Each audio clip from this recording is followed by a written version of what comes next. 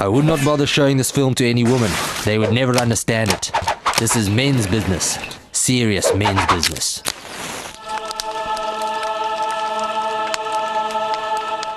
Mac was at the braai, and Stu was at the braai, and I was at the braai. 3 men standing around a braai, sipping beer, staring at boerewors, rolling them backwards and forwards, never leaving them alone.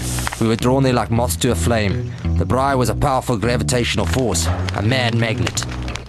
Hey, bro, Stu said the thin ones could use a turn. I said, yeah, I reckon the thin ones could use a turn. Mac said, they could definitely do with a turn. It was a unanimous turning decision.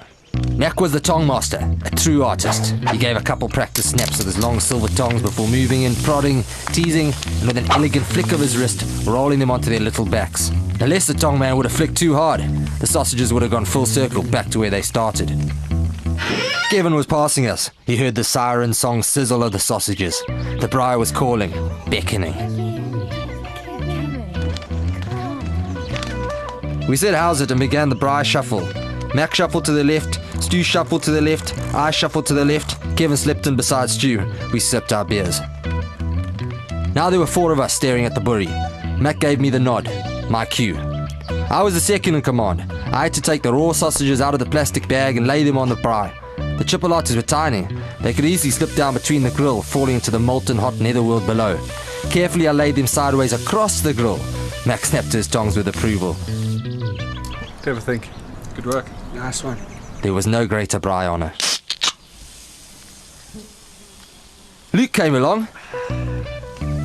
The irresistible lure of the braai had pulled him in too. How is it? Hey.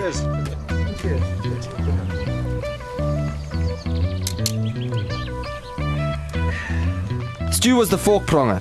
He had the fork to prong the tough hides of the Free State's finest boerewors, and he showed a lot of promise, stabbing away eagerly, leaving perfect little vampire holes up and down the skins. You know, I'd have thought they'd have cooked a lot better if you didn't keep poking. In the silence, you could have heard a chipolata drop. This newcomer was a rabble-rouser, bringing in his crazy ideas from the outside. He didn't understand the hierarchy. First the tong master, then the burry layer, then the fork pronger. Everyone below was just a watcher. I'll just,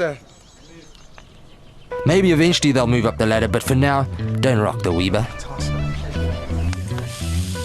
Then Wendy came up.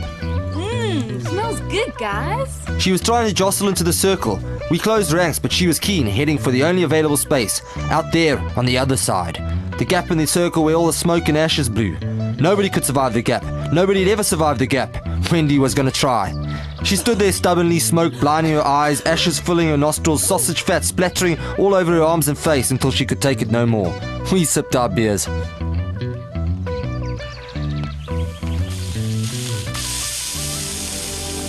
And then Mac handed me his tongs. I knew what was happening. I'd waited a long time for this moment.